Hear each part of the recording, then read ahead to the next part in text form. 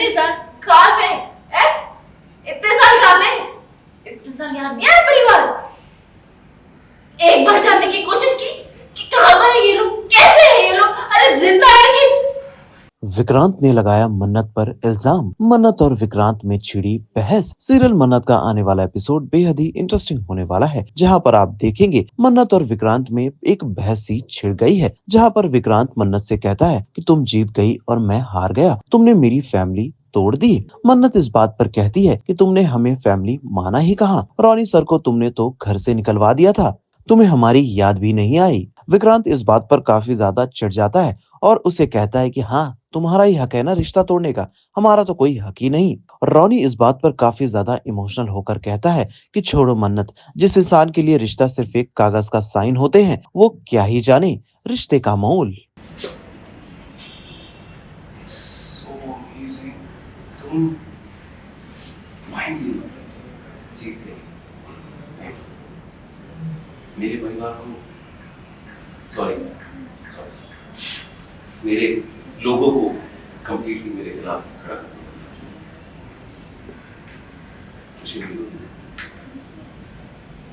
मेरा परिवार तुम्हारे साथ खड़ा है। आपका परिवार भूल गए, याद दिलाओ।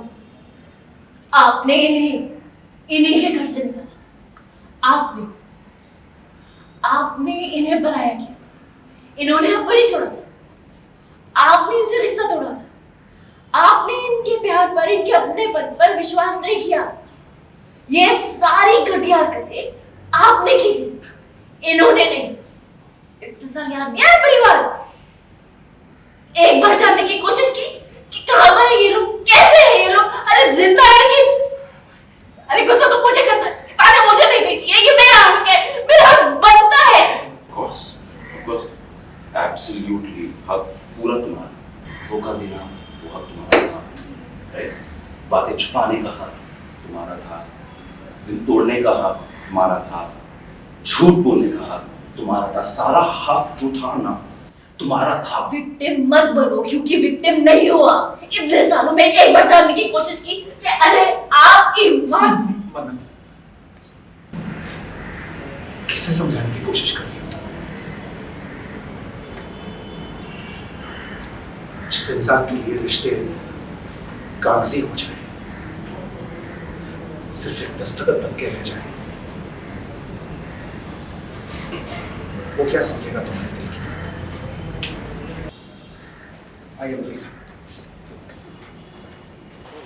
बहुत बहुत शुक्रिया सर, सबसे पहले तो हमारे साथ जुड़ने के लिए। और थैंक बहुत यू, अच्छे लग रहे हैं आप।